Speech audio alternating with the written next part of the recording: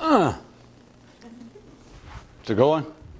All of you people out of town and here, this is not for the public tape.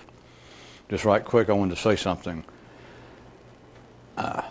All the comments from me and other sources that the experience itself and the secret of life cannot be described. I feel quite certain by now that most of you figure you have your own understanding of that.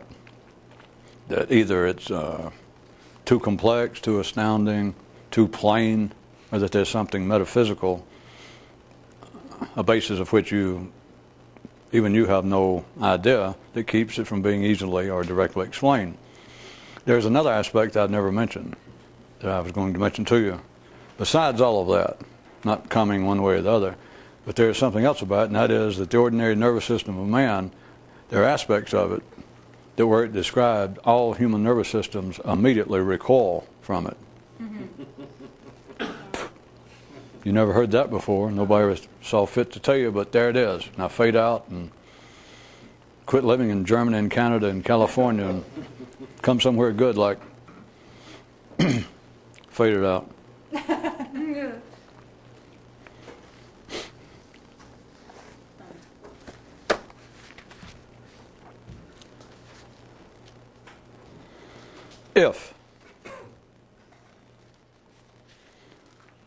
If it doesn't bother you that all of life, including that of man's mind, operates automatically, then you're normal. If it doesn't bother you that all of life, including that of man's mind, operates automatically, then you don't know what it does. If it doesn't bother you that all of life, including that of man's mind, operates automatically, then it could be that you do know it, that you can remember it, and have discovered in your own head a mind possible beyond the mind. That's some mighty big ifs. Yeah, but we've some mighty big heads. Since man's first thought, each succeeding ones come on the premise that it will help clarify the preceding ones. On Donner, on Blitzen, on frontal lobes, you jokesters and tricksters. Using extensive effort, one man was able to count up to at least 3 different things his mind could think about at the same time. But notice that as soon as he got to 3, that he'd suddenly fall fully captive of one of them and lose all awareness of what he had been doing. In traffic, all makes of cars can be equally sticky. Thus it be that all of man's selective attempts to become free therefrom fail. Regarding our previous legal determination that life is the ultimate culprit, consider then further that when there is nowhere to lay the blame, there is no blame. Silence is to certainty as talk is to aggression. Utilizing special effort, one man was able to count up to at least 3 different things that his mind was able to think about at the same time. And this doesn't include whatever part of his awareness that it is that made the count, which of course throws off the original count. Without understanding the self-laying tracks of the train of premises, such as that morality is established due to its non-existence, you can never fathom why cannibalism is the mind's proper after-dinner drink. There was once a band of people who involved themselves centrally in an activity that seemed to have no observable purpose. But just because this is how it appeared to reasonable outside eyes does not mean that that's the decisive word on the matter.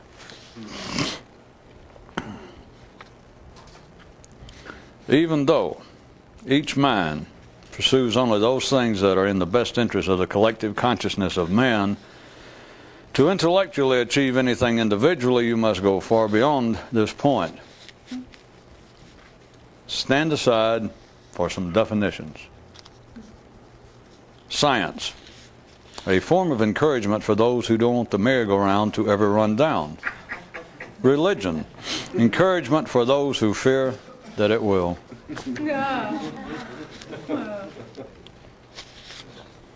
Employing certain methods he had personally developed, one man was able to realize that his mind could entertain at least 3 different thoughts or sensations at the same time, some verbal, some visual, and some visceral, which still does not take into consideration whatever aspect of consciousness that it is that is capable of making such observations.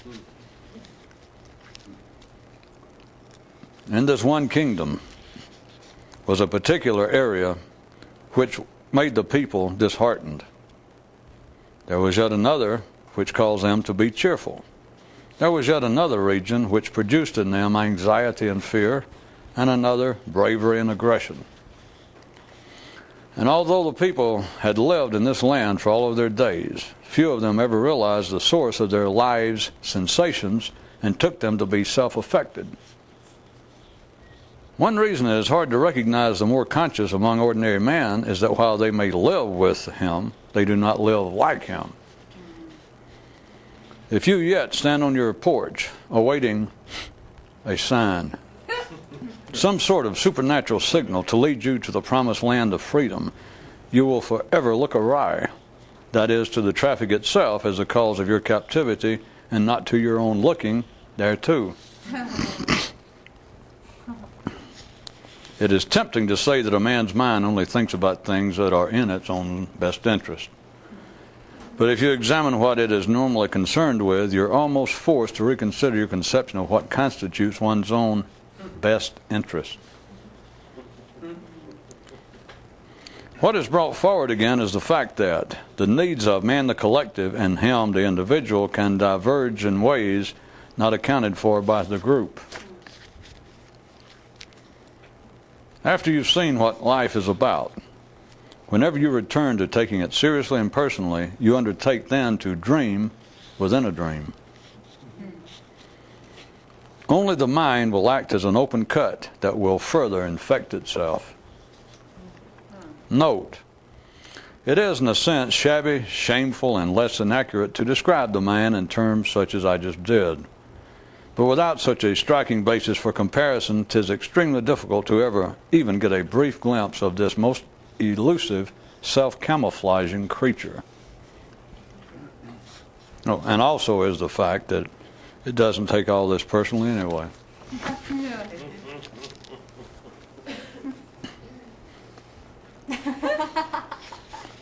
Silence is to certainty as speech is to stupidity. The attraction of drugs is that they reinforce the limits of consciousness and speed up the already distracting tempo of thought. Note that such drugs need not be purchased, in that lower areas of the nervous system are still quite capable of turning them out nicely.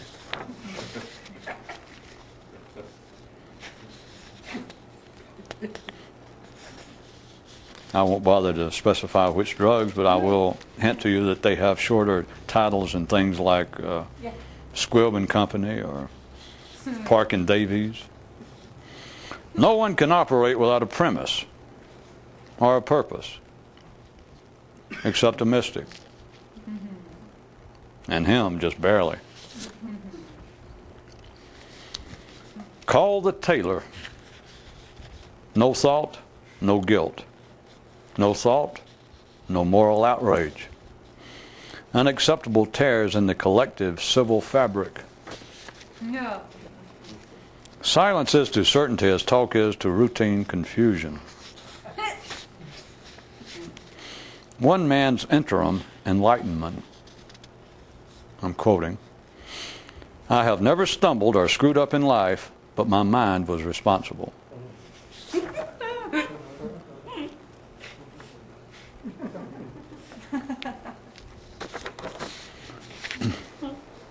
One more alert man's mind said to him one day, "Why have you singled out me for all of your intellectual criticism?" And the answer to that is self-evident, unless you let yourself get in the way of its obviousness. The fruits of man's mental life. More and more about more and more. Silence is to the freedom of certainty as talk is to the comfortable confinement of the porch. One man began thinking of a mystic as like the last guy to get on the train going to nowhere.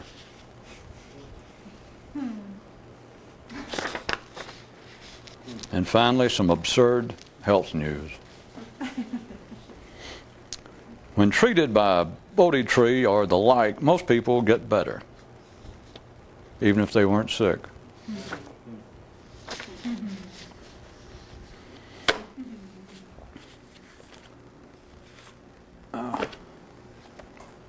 Back to the general area that we were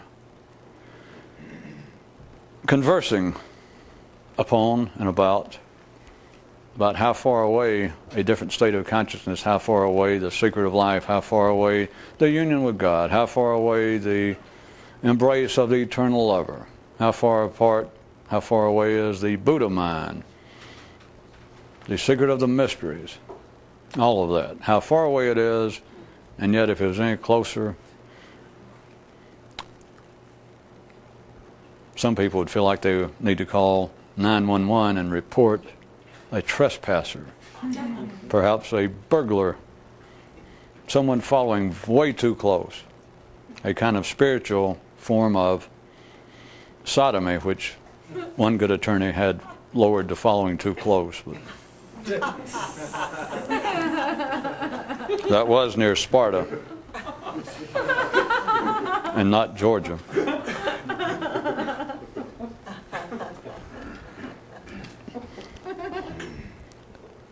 The purpose, to remind you again, being not just to describe how far removed this sort of activity can be from ordinary activities, but the spatial, if nothing else, situation within one's own nervous system. I was going to shift it a bit tonight and point out to you that people do not do anything. And again, we're only speaking of reasonable, down the road, middle class, sane, ordinary, routine, everyday people. They will undertake nothing without some sort of premise. That is, it must have a purpose. And I was going to use premise as somewhat of a, or move it closer to man's intellect than to his simple survival level. The body obviously has a purpose in everything it does, again, assuming you're sane and ordinary. The body eats, the body sleeps, the body, collectively speaking, engages in the reproductive acts for its own good purposes. It is a sign of non-sanity for the body to engage in something that has no purpose or that has a purpose that is not in its own best interest. But let me say premise, and sort of the legal, if not philosophical sense of a premise. It is the either stated, but in our case now, collectively, it's the assumed, it is the tacit statement, the tacit acceptance that that which is being done has a purpose and is expected to reach a conclusion.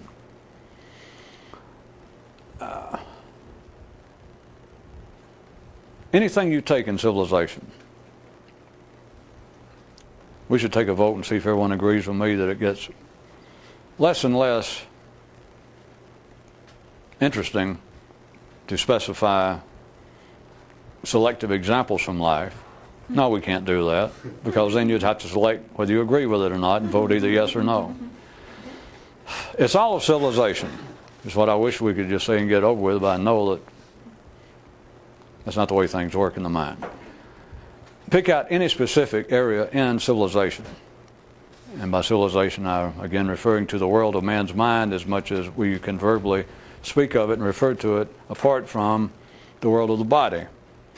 That is, things without which the body could survive. All the arts, the religions, the education, everything that seems to be, at the local level, a direct output of man's mind, not his body, and not from needs of his body, from some other need. That is civilization. Everything in civilization operates on a premise, and the premise is always this. And again, it is simple, I will assume, if I describe it in a certain way, and yet you should also notice that you never think about it that way, not because you're stupid and I'm smart.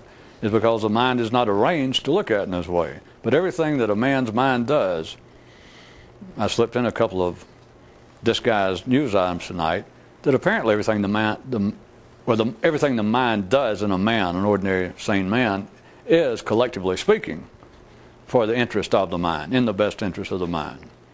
And then later on in the news, it said it's tempting to say, without the qualifications of collectively, that it's tempting to say that everything that an ordinary, sane man's mind does is in its own best interest.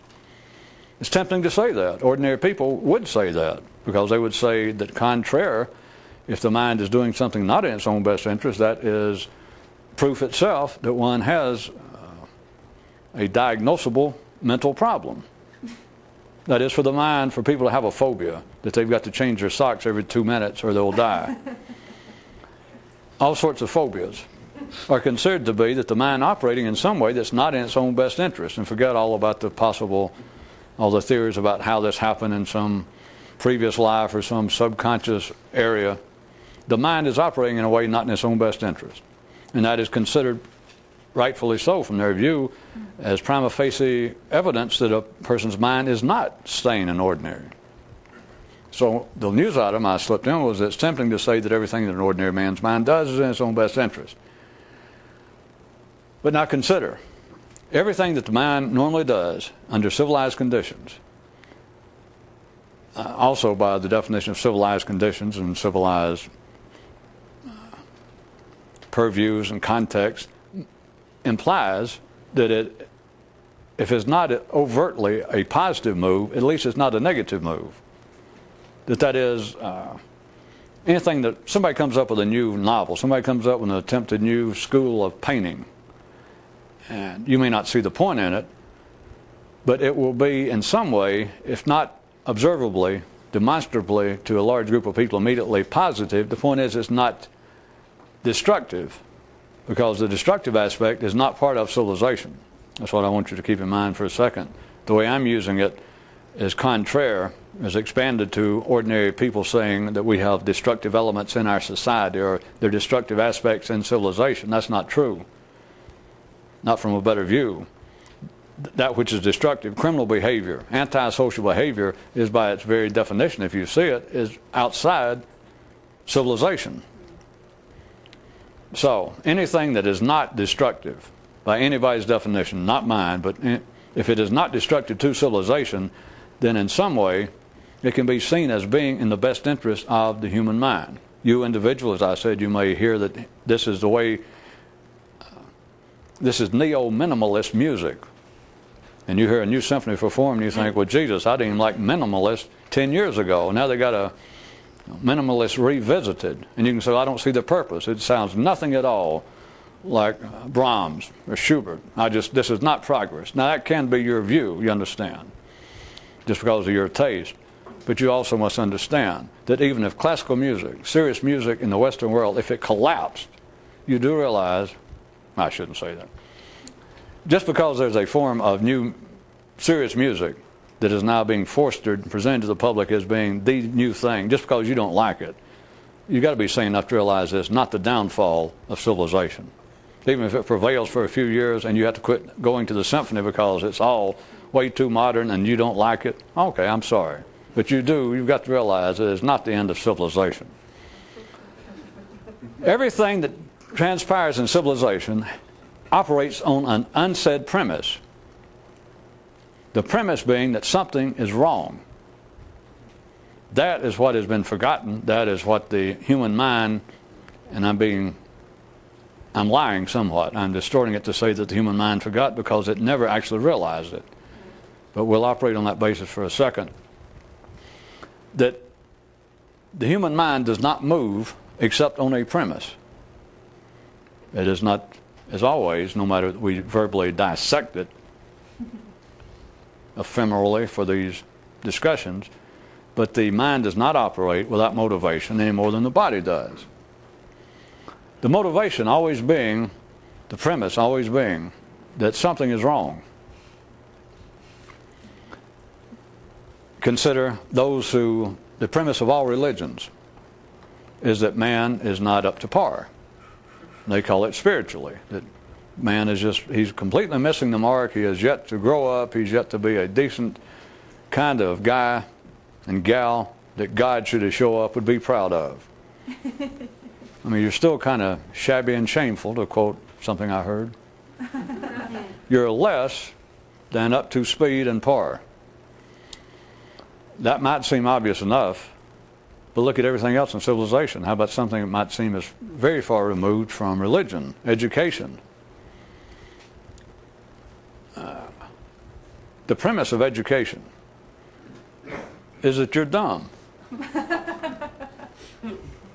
And at first you might try to ignore that, or to say, well, it's too obvious, or it's too silly, or it's too silly to be obvious, or it's too obvious to even be silly.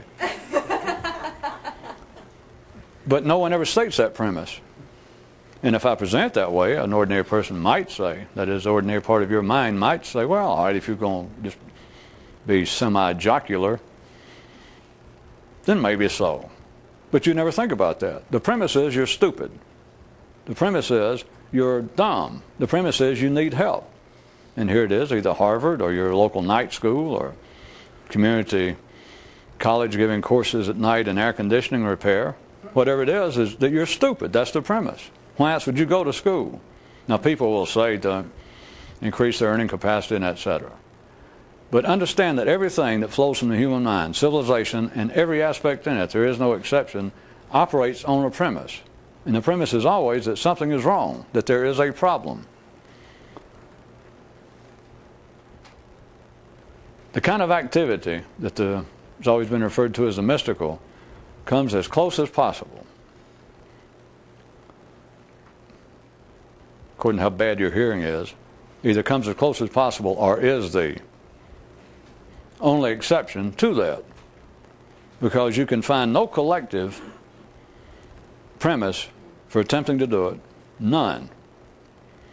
The best that people have ever done is these kinds of theoretical notions that continually pop up having to do with the assumed brotherhood of all religion.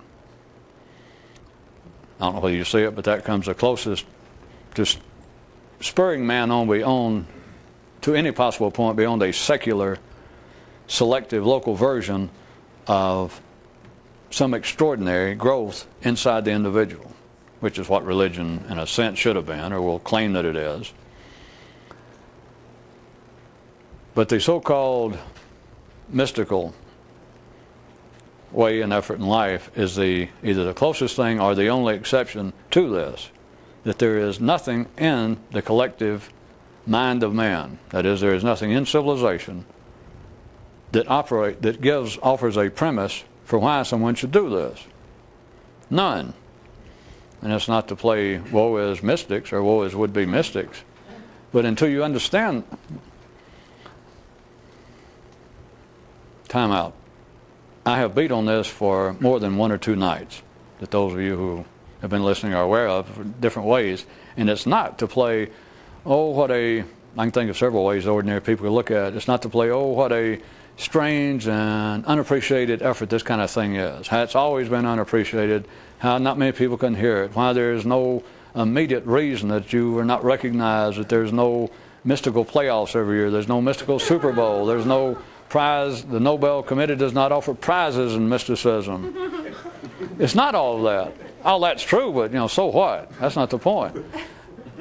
The point being that a person trying to find out where to start, how to keep oneself going, and people look for every possible reason, because there are many people born, or in one sense, as I've put it, everybody's born wanting to be a mystic.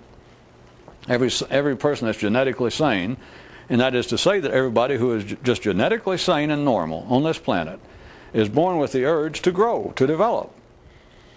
No matter how crude they may display it, that's the only reason that people engage in good grooming. Take a course in memory improvement. Go to school. Keep up their front yard. Get their car painted when it's rusty. Go to school. Get a better job. Save money. Buy a bigger car. Go to church. Try and be decent. Give charity. Give to charity.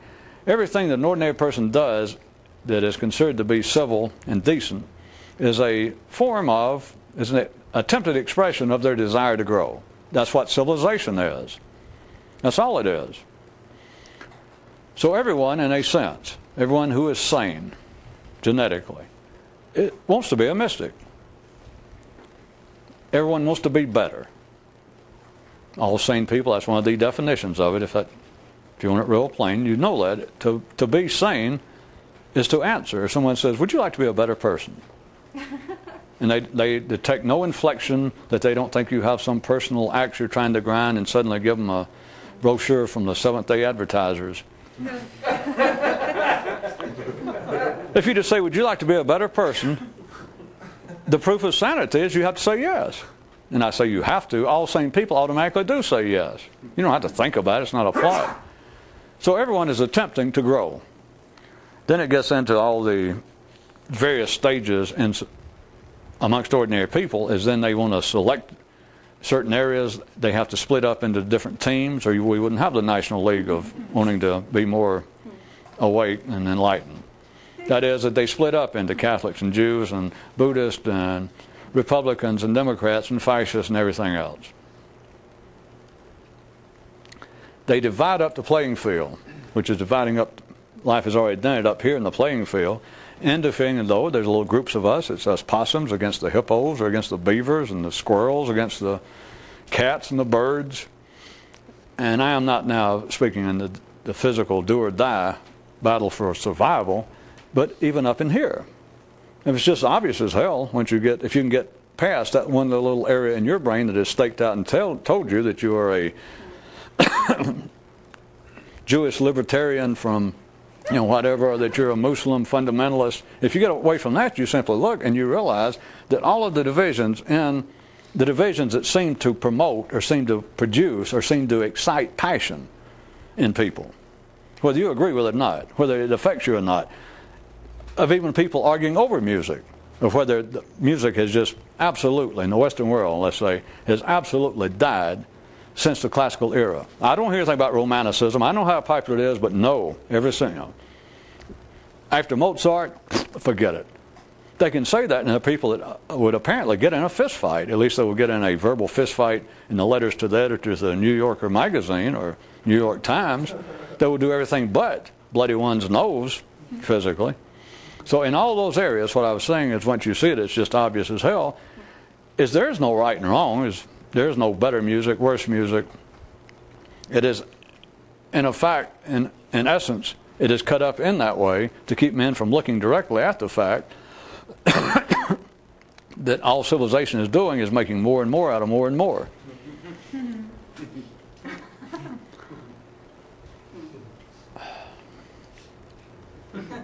Back to the main road. Everything in civilization operates on a premise in the mind, from the mind. And the premise being that something is amiss, that there is a problem. And that whatever is presented, such as religion, is here to fix it, or education. Religion should be obvious. And that should be easy for everyone to say, oh yeah, that's the whole point. No one partakes of any religion without feeling in some way that they are below par, that they are not living in a proper manner, that there is indeed a problem. And I pulled out religion. I could have done science, but I was trying to keep it within the realms of superficial non-absurdity. Is that everything a person does is a reflection of them wanting to grow and expand, and on the basis that they should, and that there is a problem. They have long ago forgotten, although never knew upon what this is based. But you cannot make your mind do anything. You cannot find yourself being interested in anything without there being a premise to it. You just never think about it. But if somebody asks you, if you were damn near a fanatical philanthropist or whatever you philatelist. That's the only use of a I was going on.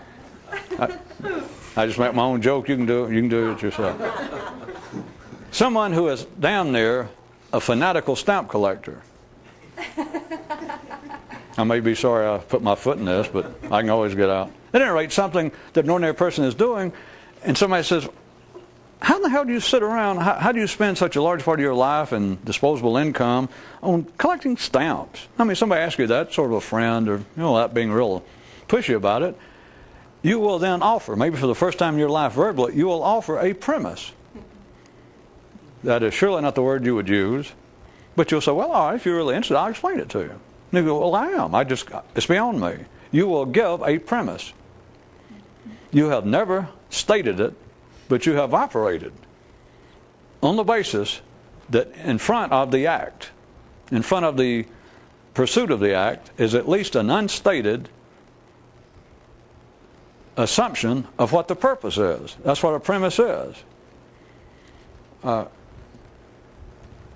the simplest level, people never think about it. If I'm making it too obscure, back to a physical level, which we're not talking about, to make a simple one, it's obvious. You say, let's go out, you tell them, somebody said, let's go out to that new restaurant. And they go, why in the hell do we want to go to a restaurant? No. And they say, what's the premise? Which they would never do, but you would think, well, the premise is to cure hunger. And they go, oh, okay. That's the premise. The mind always has a premise.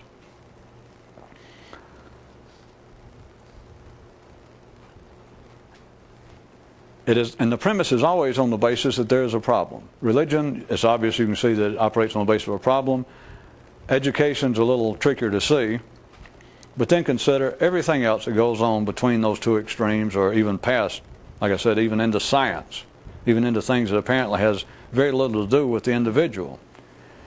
The problem being, well, I guess you're big enough to take science right quick. You can say, well, science has got nothing to do with such as this. It is as close as anything as being clinical, objective, and outside the real direct clutches of man's personal mind. All of science, all new theories, people working on new explanation of the cosmos or reality, or certain new observed operations of crystal growth, whatever it is, to them there's a problem in the premise of what their experiments. You say, well, why in the world do you work here in the lab? Why do you keep going after these grants to keep studying such and such, which to me seems irrelevant to life? There is a premise, and the premise is we have a problem here, and it may be no more. They may not be able to explain to him more than the great idea of pure science, that they say, well, we have a problem. We don't understand why crystals operate in this manner. And you say, well, why the hell do you want to know? I mean, what's that hurting? And you go, well, it's a big hole in what we understand. And I cannot, the scientist may say, he may not be able to tell you, and he may admit, I cannot tell you right this second why us not understanding this certain phenomenon has a direct adverse effect on your life. But I can tell you this, since this is at the heart of computers, since this is at the heart of all kinds of new uses of man-made materials, this will very shortly have a direct bearing, and could have a direct adverse bearing to the furthering of science and technology if we do not study it. Everything the mind does within the mainstream, genetically sound, middle of life's parade, operates on a premise. And the premise, no matter what it is, the premise is that there is a problem. That is not untrue, because the problem is that collectively man cannot see. The problem is that the mind cannot climb itself. The problem is the mind cannot cure itself. The problem is the mind cannot satisfy itself. The problem is, under all ordinary forms of nourishment, under all ordinary conditions, the mind cannot, in one man's lifetime, grow, expand to the point of satisfying the person. No one ever says that that's the problem. They're not supposed to. But that is the basis of the problem. Now what I'm trying to point to.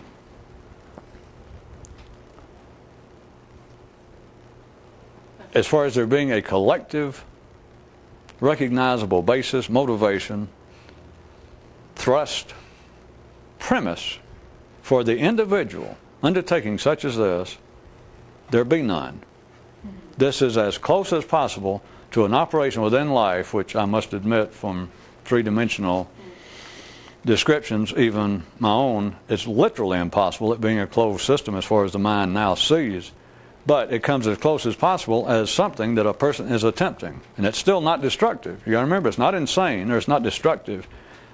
But to attempt to do this individually is as close as there comes to the mind in a non-destructive way, operating on the basis that there is no problem. It is the mind getting out of bed every morning, which this particular bed, there is no reason whatsoever to ever get out of. For all of you, or all of us who enjoy a nice, cozy bed, for all of those fine, civilized, decent, many times intelligent and talented people who could damn near live in bed, I'm not saying anything. Or put the other way, for all people, all civilized, decent, right-thinking, talented, good-looking, punctual people who almost every morning wake up and think, you know, I don't ask much in life. I don't care whether I win the state lottery or ever get famous, but God, I wish I didn't have to get out of bed. All right. But you do. You got to get out of bed to live physically. You have to get out of bed intellectually to live. This comes as close. What the few people in life that ever retain the awareness of what it is or run across what seems to be somebody involved with it. So they've held some awareness of it. Then to get involved with such as this and be confronted and have some notion of what it is, or to begin with, maybe have somebody try to beat you or to shame you or to tell you, well, now here's what you should be doing. This comes as close to being one bed. So you got several beds. Well, you got the physical bed that you got to get up each day, and then you got the mental bed, because some days you have to, every day you got to get up physically. But some days mentally you don't have to get up, like Saturday, your off days. But so understand that you've got more than one bed in which we sleep. But this sort of activity comes the closest to being a bed that you wake up. There's only a few people even find themselves in that bed, but this comes to one if you find yourself that you wake up and there is no reason whatsoever to get up. In other words, it's the one place you think, I don't have to get up. What a great amount of satisfaction, right? Wrong. Because it sounds like it is, except this is the most unsettling, nettling, annoying, irritating. I mean, once you realize you're in this bed, it's almost like you and the bed both begin to bounce up and down. You don't know whether you on the bed or it on you. Like, you know, we got to get up. But back to, all right, I couldn't resist dragging out the metaphor even further in the beginning, but back to what I'm saying. You realize, or you come to some suspicion, you come to some almost damn conviction that this sort of thing, whatever it's been called, you just pick out one and attempt to enlighten oneself, that this is it. And you get some idea what it is, and you find yourself in that kind of bed, that you periodically are aware of the fact that besides physically and mentally, that you may have no complaint necessarily with what's going on in life, but you sleep in at least 3 beds, or at least you're aware of it periodically. This is the one bed that there is no premise, there is no problem, there is no reason to try and arise from. Maybe I better at least stand this allegory and parable upright.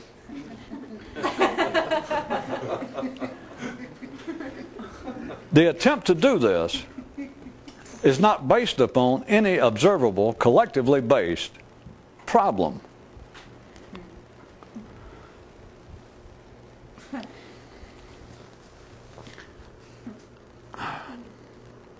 All right, let me use, everybody seems to always enjoy a little history. Whether I mean this literally or not, again, doesn't matter. But let me pick out probably the best one, Buddha. Remind you again, whether he existed or not, it's not even the point. There is now an accepted story and a history of it. And it's accepted to be a description of, besides it finally turning into an organized religion, so to speak, but is one of the fair descriptions of what's assumed to be a life spent in the mystical struggle and a success therein. And all the other religions are the same way, and all the other publicly, commonly known mystical systems, etc. But let's use the story of Buddha. Here's a guy who spent many, many years, pursued everything, and the idea of being more awake, being more conscious, he did not discover. He grew up in it, had been around for thousands of years in that area of the world. He did not invent any new terms for it. He pursued all the known methods that all the yogas, all the gurus, all the would-be spiritual people that were attempting the same thing. He pursued all the methods. He and his 12 buddies. that he ended up with. And none of it worked. He then says, I've had enough of this. And he split off from him and said, I'm either going to die or I'm going to figure out what this is. I'm abandoning all this other efforts. I'm going over there and sit down, and I'm not going to get up. I don't care if I die, but I'm not getting up until I find out what the hell this is, until I have the experience. And as luck would have it, according to literature, sure enough, he sat there for a while, and suddenly the thing hit him.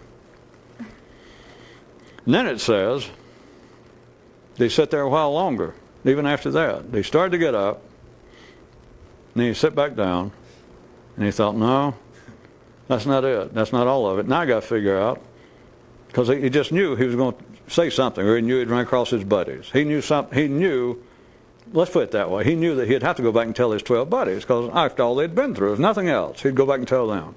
So he started to get up, and then he thought, wait a minute, I got to think of something. I got to think of some way to put this. So then, supposedly, he sat there until he figured out what he was going to say. So then he gets up and he goes and finds his 12 buddies, and they take one look at him, and they go, uh-oh, you did it, didn't you? And they say, okay, what is it? And he said, all right, now got your pads and pencils. Then, in a sense, he had to lie, because he started out his very first words, more or less, me just paraphrasing it, he says, all right, are you ready? I'm going to describe, I have succeeded, what we've all done. It just happened to me, and I came back to tell you guys, because I knew, we're buddies, we're all through it, I happened to do it and you didn't. And they go, well, tell us, and no doubt, they had no doubt that he knew. So they got their pads and pencils. And he said, all right, here it goes, here's the premise, although he didn't say that. He said, here's the premise. Now skip that, strike that, and let's go back to what he did say, supposedly, more or less. He says, all right, here we go, you ready? And they went, ready. He said, to live is to suffer. And they didn't bother to write that. That was his opening words. That was his first sermon. That was his first recorded, official, enlightened-based comment.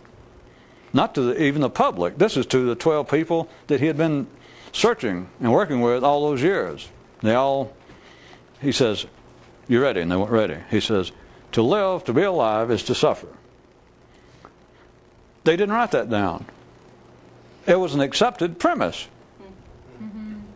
And this is not something that is just indigenous to the subcontinent. It wasn't just something that was common to Indian thought at that time. You understand? That is the premise of everything in civilization, especially that which seems to get into areas that have to do with man's spirit. I'm going to repeat it again. Do you understand? Here it is, the opening words. These 12 people been searching, spent their whole life would have given anything, and out of the 13, one of them did it. And he said, all right, I'm going to tell you. And they got their pads and pencils. And he says, are you ready? Buddha's first sutra, first real comment to explain enlightenment. They go, ready? He goes, all right, here we go. First, to live is to suffer. To be alive is to suffer. They're all poised, yeah? Because that's a given. They didn't bother to write it down. And he had to know that. They go, okay, comma, dash. And here are the ways not to suffer. And then they go. And we're not talking about Buddha and 12 monks sitting out in the wilds of India. It's the news. It's the news today. It's the news of history. It is apparently the verbal news from someone who understands what life is, even though he doesn't say it. But if he doesn't say it, all right, we got a premise here. I've been struggling to do what you want to says Buddha number 27 shows up today in Detroit somewhere. And some people show up, and he says, all right, to be alive is to suffer. And they think, it's obvious you are from Detroit. No, it's obvious you're from planet Earth. It's obvious that you are still operating at the level of the mind, which can only operate by binary energy, by polarized energy. You cannot speak the Buddha. Again, we're not speaking literally whether this happened or not. But the Buddha, what that represents, an enlightened mind, an enlightened consciousness, could not even talk to those who his closest cohorts, those that were just, let's say, it was just a luck of the draw that he made it and the 12 didn't. That he did it first. And they went, well, we've almost wrecked our lives. We spent this time. Why not take advantage of it? If you can describe it, he said, all right, I'm going to give it my best shot. You're my buddies. But he had to start off with the accepted premise, which is a lie. And trust me, he knew it was a lie. A lie didn't mean much. He knew it's not true. To live is to suffer. And they take that as, yeah. Of course, physically, we all know that. You can say to live is to suffer, if that makes you feel better. Are we going to do I have to go through the cheap theatrics of that again? If suffering makes you feel better. Oh, okay. Physically, to be alive certainly is to suffer. And those of you that might have read anymore, that, of course, now is taken amongst the orthodoxy, or those that consider Buddhism. Anybody that considers Buddhism now religion and following thereof, that seems to be, oh yeah, what a compassionate. In fact, since he died, in case you never noticed the books up on the shelves, he is known now in the religious form as the compassionate Buddha. And it seems to fit, because his first words were, after he was enlightened, to live is to suffer. And of course, all the simple people, be they Buddhists, be they Southern Baptists, be they fundamentalist Muslims, be they ordinary people, they go, yeah. Because if you live long enough, if you pass adulthood, your mother, your father is going to die. Your brother or sister is going to die. You're going to get sick. You may nearly die. You may be suffering from some terminal disease now. You look upon life, and it's just nothing but death. It's death and suffering physically. Of course, if you didn't have the mind, you wouldn't even know that. You do not see dogs standing around graves from their mother or father. You do not see birds fearing death. Without the mind, all that's irrelevant. It doesn't mean it doesn't happen, because animals die too. But it is above this line that a human is only here, that a human is worthy to be called a human. Just between you and me, you know that. Ordinary people admit it, and then immediately ignore it. But he had to say, once he started talking, to live is to suffer. No, yeah. Because that was the premise. Even they accepted. They didn't bother to write it down. It wasn't like, whoa, let us think about this. You're going too fast. See, he hadn't even got to the sermon. He hadn't gotten to his comments regarding enlightenment. He said, all right, you ready? Yes. To live is to suffer. Yeah. He knew that wasn't going right. And he says, and here is Buddha's way. Here is the Four Noble Truths regarding suffering, and then I'm going to give you the 8 ways to avoid it. And they went, now we're getting somewhere. A Buddha knew that that's not true. But what else are you going to say? Reminding you again that we're not talking about Buddha and 12 monks. We're not talking about any 2 people. It's in your own nervous system. Because as long as you believe that there's a problem, as long as you believe that intellectually, now forget physically, because you're going to get sick and die. We're talking intellectually. That's all this is about. It's in the higher end of the nervous system. As long as you believe that there's a problem, as long as you, every time you think about trying to do this, the best you can make out of it, the best you can take out of something I said, or things you figured out yourself, or things that you feel like it's got to be true. But as long as you feel like, well, that's got to be true and I'll work on it, you're already getting the fingers. You think, well, I got to work on that. You're standing on the porch. And I use my current one. You're born here on a porch up here, and there's traffic going by. Known amongst the ordinary sane people is their thoughts. It never stops. When it stops, you'll be dead, brain dead. There's the traffic. And there's parts of traffic that no one cares for. But they take it personally. They believe that it's based upon something, some selective intelligence, some individual understanding, that it's obvious there are people who go by driving too fast. There are people that go by driving in the wrong direction, especially. I'll be damned. There goes an Arab. There goes a Muslim. There goes an Italian. There goes a Greek.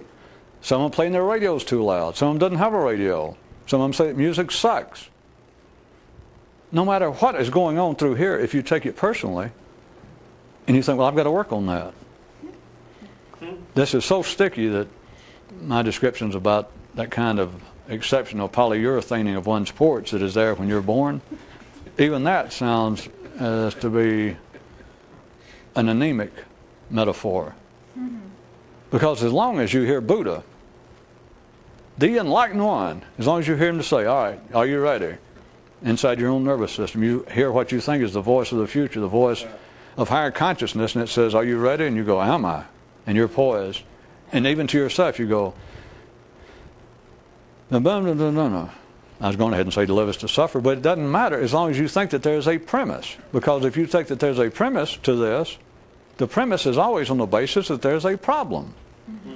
Of course, in a sense, if you want to accept the English translation, suppose of what Buddha said, it shows you what a sense of humor.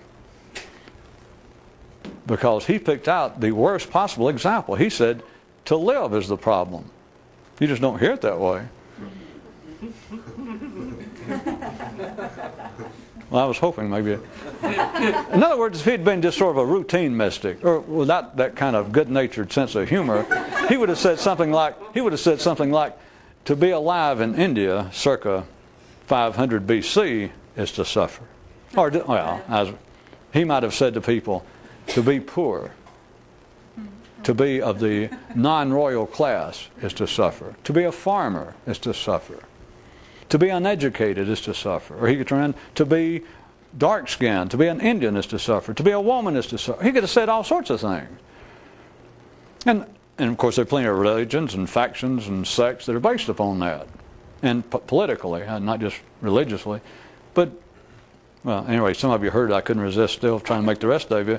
Even if Buddha said that, and even him knew that he was lying, that he had to say something, he knew that their minds, even the best minds he knew, his 12 buddies, that they immediately heard that, yeah, the premise is that we got a problem, so, and he said, to live is to suffer. And they went, well, that's kind of the standard Hindu view. That was part of if there was such a thing as a Hindu orthodoxy view of being more enlightened, the whole point was to get outside that continual, as it's called now, circle of being completely being reborn and then dying and reborn, because it's all suffering.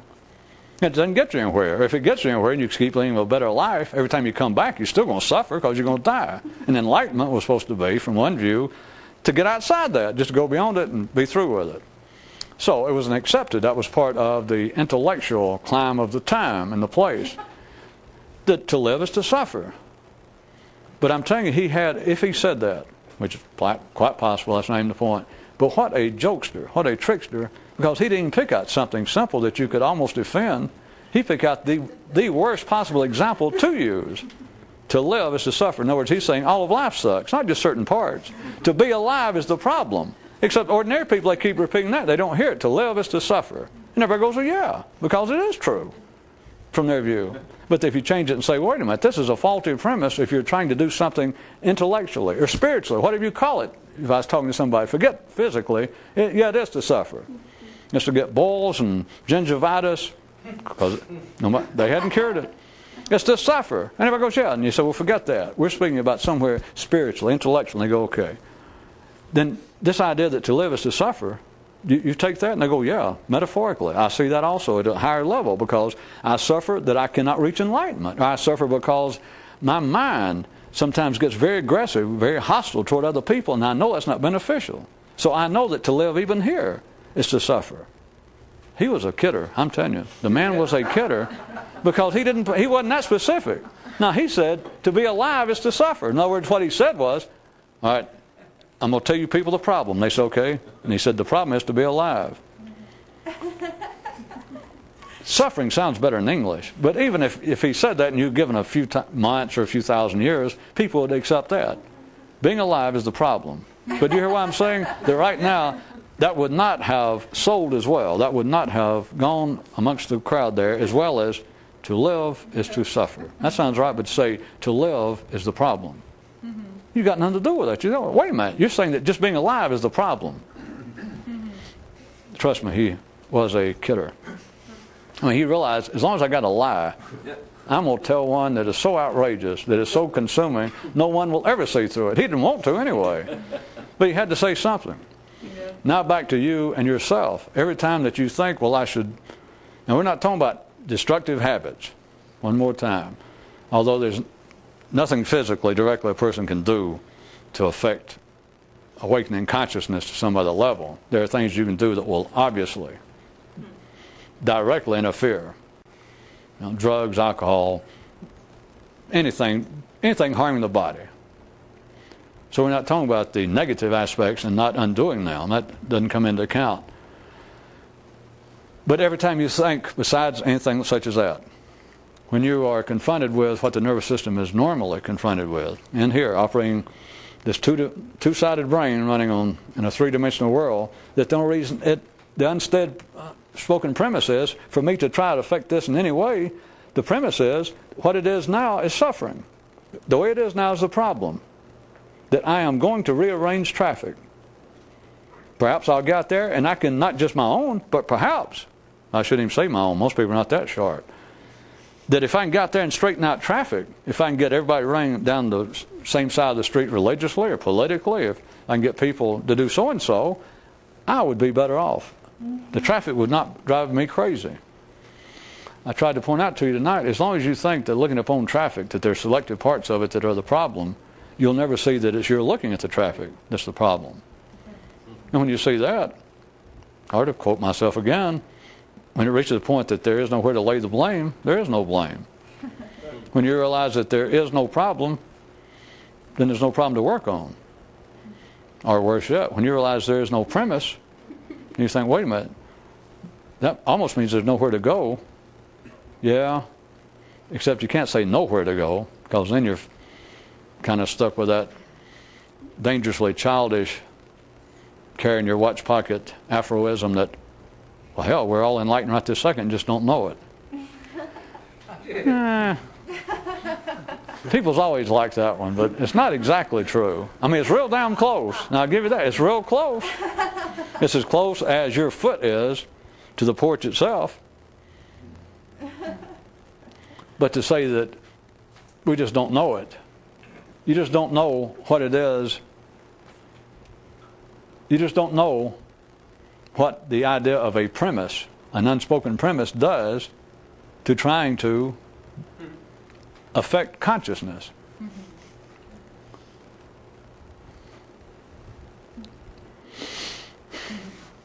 Final hint, again, and I know this is not the best in the world. It may be. Of why I keep, for the time being, making a distinction between the mind and consciousness. I could have called it mind one and mind two, or consciousness one and consciousness two. People have been doing it forever. Sleeping consciousness, awakened consciousness, the captive mind, and the liberated mind.